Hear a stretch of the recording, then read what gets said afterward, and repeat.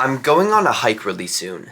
It's a big one. As part of the preparation for this hike, I've been doing other things such as build a Quincy, do another small hike, and this hike is another preparation. But this one is bigger than the last, and it's infamous for its uphill cardio. For this hike, I was a bit unsure about the weather. The mountain camera for the past few days had been foggy, and the last hike that I had gone on had barely had a view before we reached the summit. This morning, however, the city view camera was extremely clear. We started driving towards the mountain. By we, I mean David, my friend and fellow tree admirer, and myself, Jacob. We headed over to Grouse Mountain, and on the way we were already struck by the exceptional mountain views. That's one thing that I love about BC.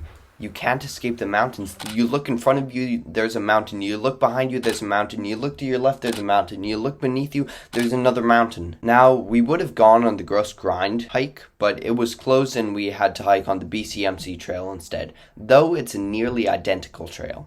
Okay, I'm just starting the hike. A lot of trees ahead of us, and we can see the lions out over there. Beautiful already. I had to take off my jacket because it's getting so hot up here, and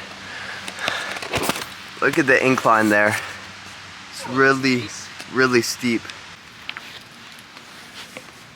David had the amazing idea to put weights in his backpack. This caused us to slow down a lot in the first quarter of the hike. This man was taking it too seriously. Hey! Eventually, however, I took half of the weights and we could continue normally. This trail was incredibly easy to follow. It was mainly one path with occasional handrails and markers all throughout. Whenever we reached one, we knew that we were getting closer to the 50th, the last one. And there were only a few times where we got a little bit off trail. Right here we just got to a little break in the trees, and you might not think it's a big deal, but because we've been so well shaded by all the trees all around us, a little break like this, it feels refreshing. You can just sort of see the mountains peeking through. I remember looking up at the sky and watching the trees slowly move in the wind. So calm and quiet. The higher we got, the more the trail turned into a stream. It was as though the man-made path made the perfect route for the snow runoff to flow down. And this snow melting is actually a larger issue. Melting earlier snow melt, and a pretty consistent longer fire season, and because of that, much more area burned and much more severely burned area. Because snow is melting earlier in the year, the summers are drier. This causes wildfires to be even more common and severe. This is a problem in lots of places. In BC, where I live, this has been an increasing issue, along with drought. If the snow melts now, there won't be the influx of water that we would need later in the year, when the heat comes. Why it's so hot is due to a variety of reasons. The main one, of course, is global warming, coming from fossil fuels and pollution. The other is that this year we had a Pineapple Express in BC. Basically, a lot of warm weather and rain came across the Pacific Ocean. Turns out the water just keeps on going.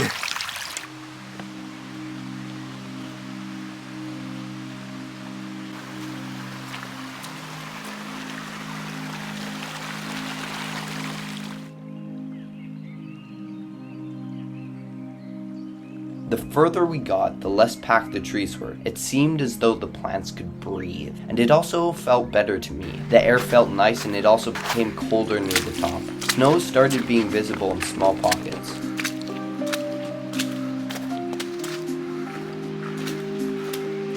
Here we are. This is trail marker 49 out of 50. Finally, we reached the top of Grouse Mountain, where sat a few buildings. From the top, we had some great views of Vancouver.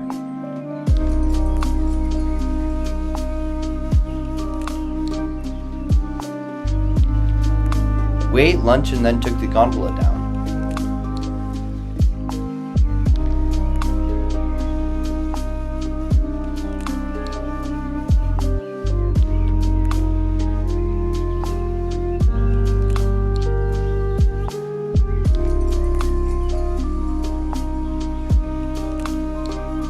As the sun was finally starting to set, we drove back home. So, would I recommend the BCMC trail?